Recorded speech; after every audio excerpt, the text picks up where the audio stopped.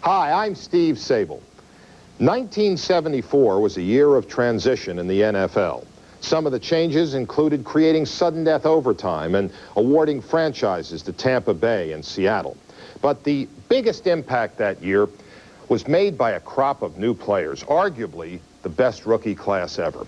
Men like Jack Lambert, Lynn Swann, and Ed Too Tall Jones. Now, with such a wealth of talent, it's not surprising that a future Hall of Famer played a key role in the greatest game of 1974. The player was Roger Staubach.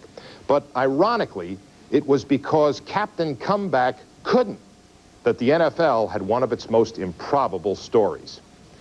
You see, when the Cowboys and Redskins met on Thanksgiving Day 18 years ago, Staubach was knocked out of the game with a concussion.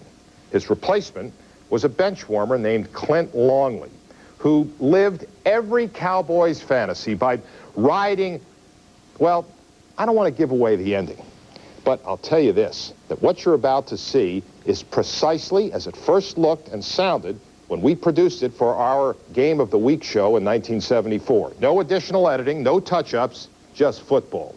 Just the way it was way back when.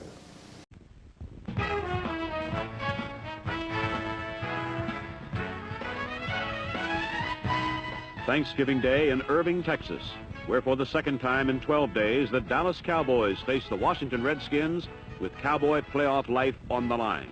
With a win today, Washington can clinch at least a wild card spot for the playoffs, and if they do, Dallas's hopes for postseason continuation are gone. For followers of the Cowboys, a playoff round without the Dallas Cowboys is like a Thanksgiving without the turkey, for in the previous 8 seasons, Dallas has missed the playoffs exactly no times. And though their streak is in serious jeopardy this year, there is good reason. Most pro football fans are familiar with the Cowboys' proud past, with the Leroy Jordans, Mel Renfros, and Bob Lillies. And while these names still adorn the Cowboy roster, and most are still starters, Dallas is actually a team that is rebuilding.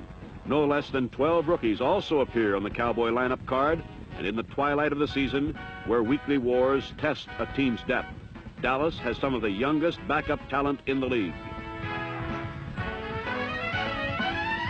Though some are blue chippers like number 72, Ed Too Tall Jones, the NFL's #1 draft pick, this season may be Dallas head coach Tom Landry's finest year of coaching, for Landry has managed to manipulate his mixture of aging veterans and fuzzy-faced youths into playoff contention. One man Landry and several other coaches could not handle is number 47, Dwayne Thomas. After a spectacular rookie season as a Cowboy, Thomas became disenchanted in Big D, and in today's game will be making his first start against his former team. But offense is not George Allen's thing, and though he has several all-pro types, defense is what it's all about for Lonesome George. Allen's philosophy is for his offense just not to make any mistakes, figuring on his big play defense to make the plays that win football games, and they usually do.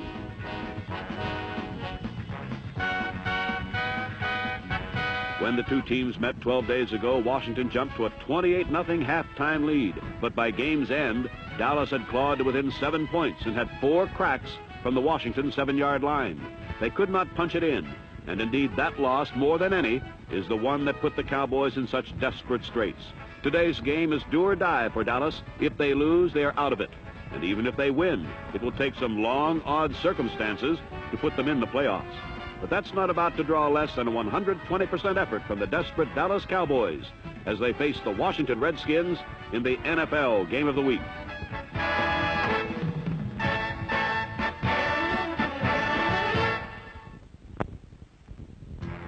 With their entire season at stake, the Dallas defense was the first Cowboy unit to prove that they were ready, holding the Redskins to -4 yards on their first possession, twice nailing their old buddy Dwayne Thomas. After Thomas lost 4 on a run, he heard and saw the footsteps coming and pulled up short on a swing pass, causing an incompletion. Billy Kilmer's pass had gone forward, and so no fumble was allowed.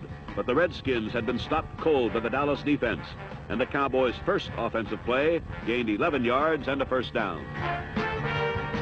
But Dallas could go no farther. thanks to a fine play by Darren Talbert, number 72, and then by what Talbert called the key to beating Dallas, forcing Roger Staubach to run, negating the Cowboys' air attack, and possibly negating Staubach for the day.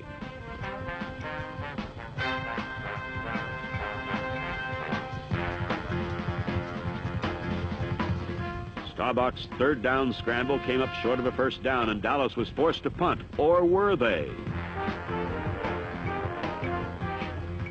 With everything on the line, the Cowboys pulled all the stops, and a surprise pass from punt formation gained 37 yards. On a repeat, we can see that Dallas punter Dwayne Carroll was aware of the Redskins' penchant for blocking punts, and so wasted little time before getting off his pass.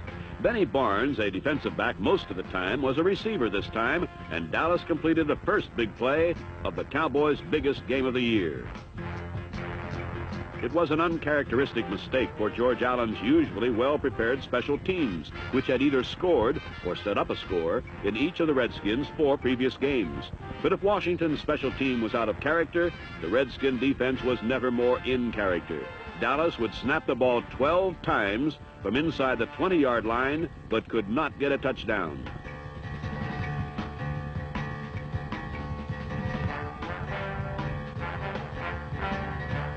With a third and pass situation, Staubach rolled right, but pressure from Bill Brundage caused him to throw too soon and off balance, and Pat Fisher intercepted.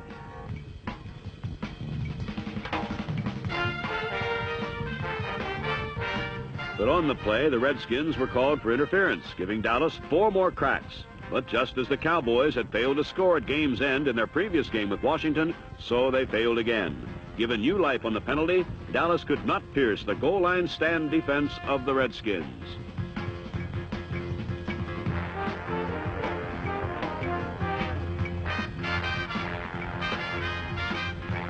After a run went nowhere, Staubach tried 2 passes, but both failed, and so unable to get a touchdown. Despite a successful 4th down fake punt and 12 plays from inside the 20, Dallas settled for a field goal and an unsatisfying 3-0 lead.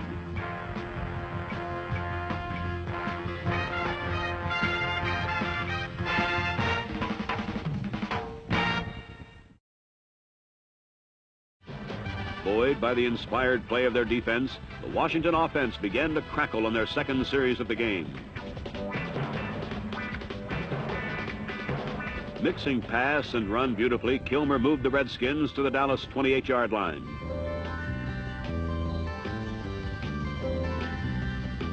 But with a 3rd and 4, Roy Jefferson dropped one that would have renewed the Washington drive with a first down. Looking at the play from ground level, we can see why the usually sure-handed Jefferson had trouble. The partial dome of Texas Stadium creates strange light and shadow patterns, and Jefferson was trying to catch a ball coming out of shadow into blinding sunlight.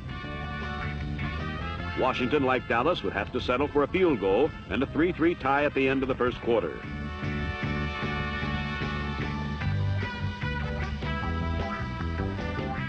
In the second period, the big play Redskin defense would set up more Washington scoring chances. The first time, a combination of great coverage and a foolish pass by Staubach created a turnover. Linebacker Dave Robinson's interception.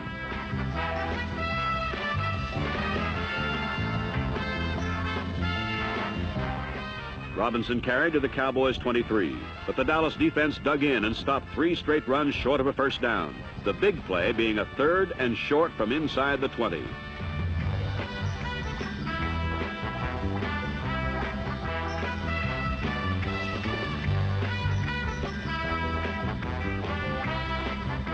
Washington again took a 3-pointer to lead 6-3, and then went about the task of stopping Roger Staubach.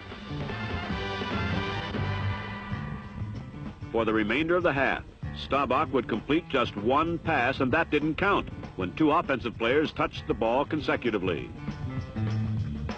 Then, according to the Darren Talbert plan, the Redskin defense began making the plays that would win them the game if his plan were valid. By forcing Staubach to run, the Redskins hoped to knock rambling Roger out of the game. That didn't happen on this play, so Talbert, number 72, went after Staubach himself.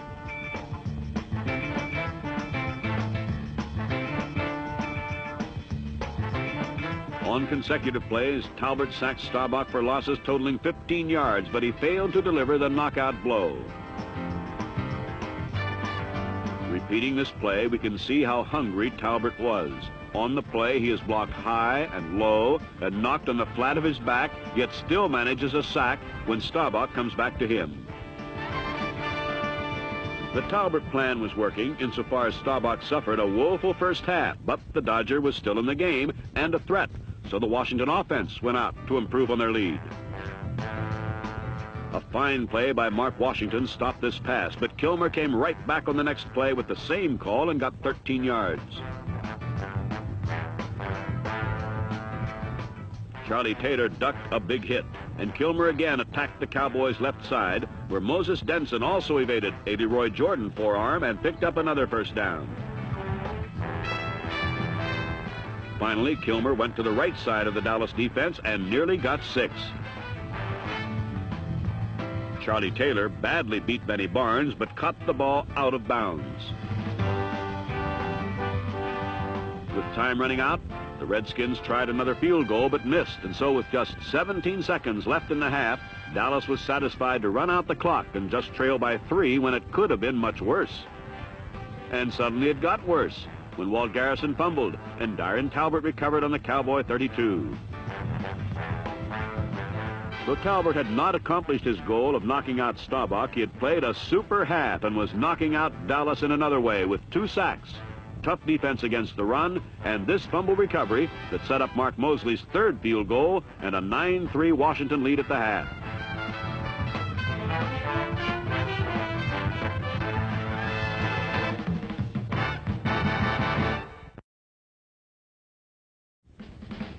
On the very first scrimmage play of the second half, Dallas's Walt Garrison tore through a big hole in the middle of the Redskin line, but fumbled the ball to Washington's Harold McClinton. So Washington had a great opportunity to increase their 6-point lead from the Dallas 39. On the first play, Kilmer play faked to Denson and let fly to Charlie Taylor at the 20.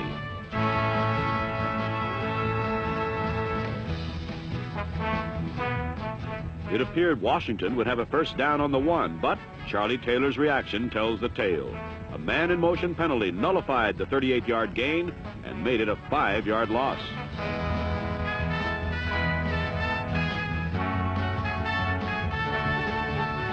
Now, 1st and 15 from the 44, Billy Kilmer reared back and let it fly. Roy Jefferson had Charlie Waters beaten, but Jefferson couldn't stay in bounds. Coming up empty twice through the air, Billy the Kid turned to Moses Denson, and despite Dallas's offsides, Denson turned the right corner and just made the marker for a Redskin first down. Dealing from strength, Kilmer went on top again and hit a wide-open Jefferson for a 2nd straight first down. Now at the 9, Kilmer isolated Dwayne Thomas on Dave Edwards and looped a pass that Thomas turned into the first touchdown of the day. It was a fine effort by the much-maligned Thomas, and his teammates obviously appreciated it. Washington now had a seemingly safe 13-point lead over sputtering Dallas. On the Cowboys' next series came the turning point of the game. Roger Staubach was having one of his poorest passing days in the NFL, and he couldn't find an open receiver and ran. Staubach gained a first down, but was knocked woozy, and this proved to be the turning point of the day, for into the fray came an untried and unknown rookie quarterback named Clint Longley. Thus was realized the situation that was brought up before the game when Redskin defensive tackle Darren Talbot, number 72, said, "One of our goals is to knock Staubach out, because all they've got left is that rookie Longley." If words were ever to haunt a man, these did.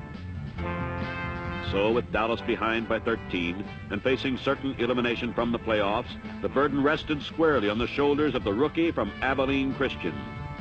Longley's first pass was something less than a sensation when he overthrew Robert Newhouse in the left flat. But on his second try, he dropped back quickly, set up, and hit Walt Garrison for a first down. This innocent 10-yarder was only the beginning of better things for Clint Longley. 2 plays later, Longley pump-faked once and then passed to a wide-open Billy Joe Dupree, and Dallas had his first touchdown of the day. Suddenly, things looked a bit brighter in Big D.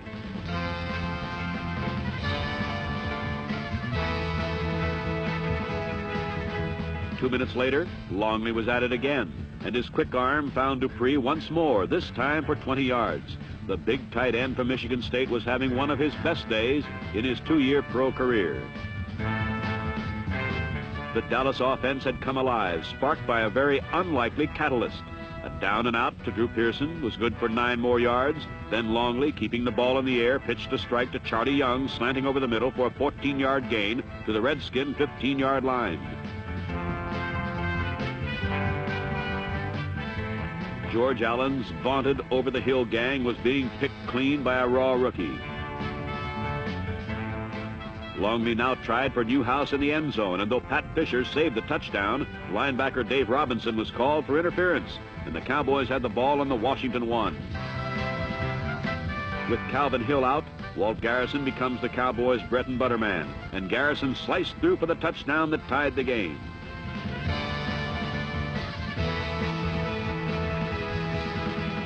What had been turned by Tom Landry as a minor miracle needed to make the playoffs seemed more possible. Efren Herrera's extra point put Dallas in the lead by a single point as the final quarter began.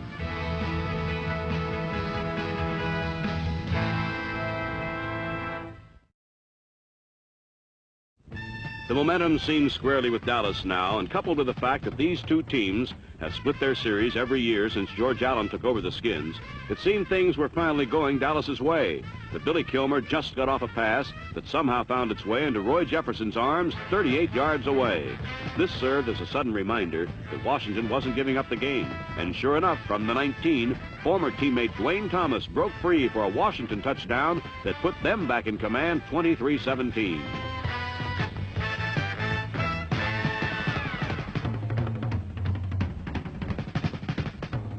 Soon after Thomas's touchdown, Washington recovered a Dallas fumble and had an excellent chance to score. But this man, number 72, Ed Jones, the Cowboys' #1 draft pick, made one of the biggest individual plays of the game when he blocked Mark Mosley's 24-yard attempt for 3 points. Had Mosley been successful, the outcome of this game would certainly have been different. Dallas had a new life, but couldn't cash in as the Skins' defense played tough. Though Longley got the ball away, he was under constant pressure, this time from the quotable Mr. Talbert.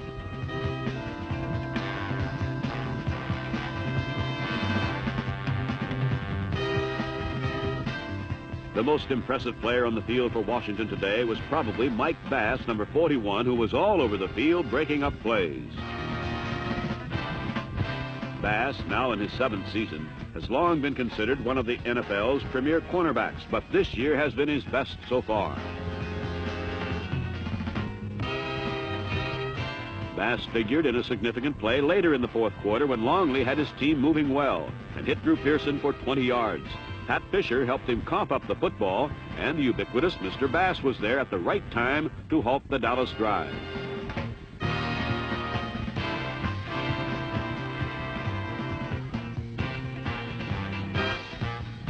The Doomsday defense was making its presence felt also, and with less than 2 minutes remaining, they stopped the Skins and forced them to punt.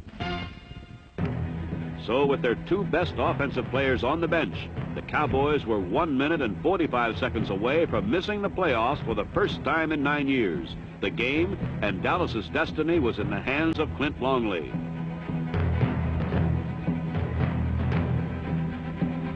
On first down, the rookie was caught for a loss on a great play by old-timer Ron McDole. Luckily for Dallas, a face mask penalty wiped out the loss, but on 3rd and 7, Longley couldn't locate any free receivers and was forced to sprint out of the pocket toward the sidelines.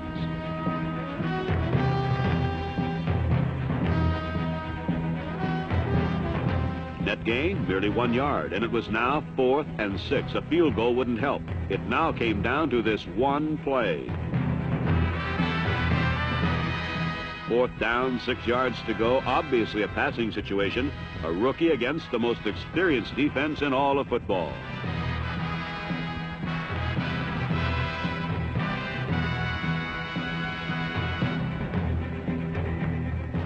Longley's pass was complete, caught by an old hand, Bob Hayes, and Dallas had their desperately needed first down. But the Cowboys were 50 yards away, 35 seconds left to play. 50 yards and 35 seconds away from extinction for the Dallas Cowboys.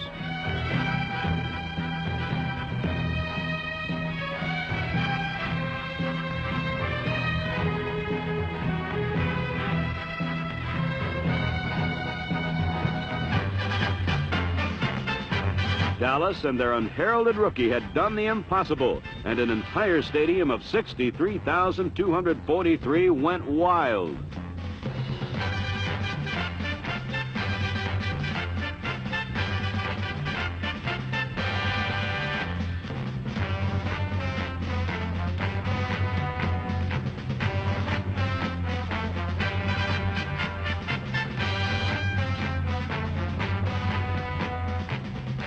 There were still 28 seconds left, and as everyone knew, anything could happen. But number 75, Jethro Pugh, separated Kilmer from the ball, and number 79, Harvey Martin, recovered it, and the Redskins were dead.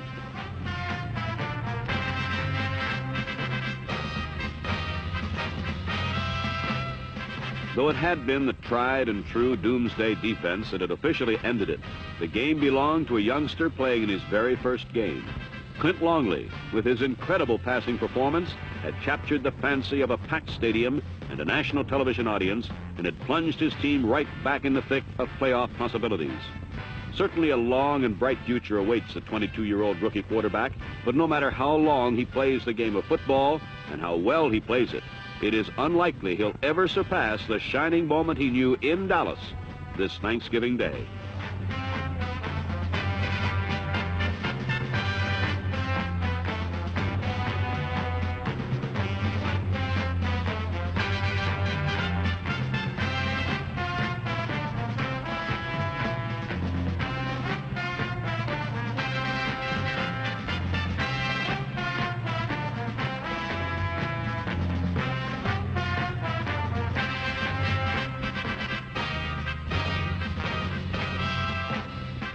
Final score in a memorable game: the Dallas Cowboys 24, the Washington Redskins 23.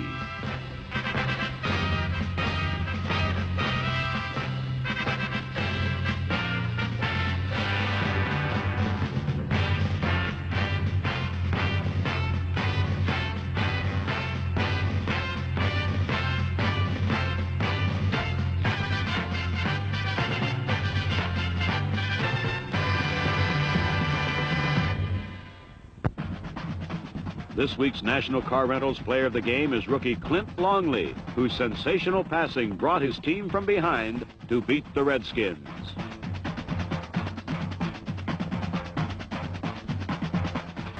On a national holiday, Clint Longley became a national celebrity. But his story proved to be as short as it was inspiring. He may have captured the country's imagination that day, but reality set in the next week when Roger Staubach returned to the lineup. And with Staubach under center stage was no longer Longley's. In fact, next season, Longley was traded to the Chargers, and a year later, he was out of football altogether. Still, Longley's story is worth remembering, not only because it reminds us that in pro football anything is possible, but because thanks to him, fans were treated to the greatest game of 1970.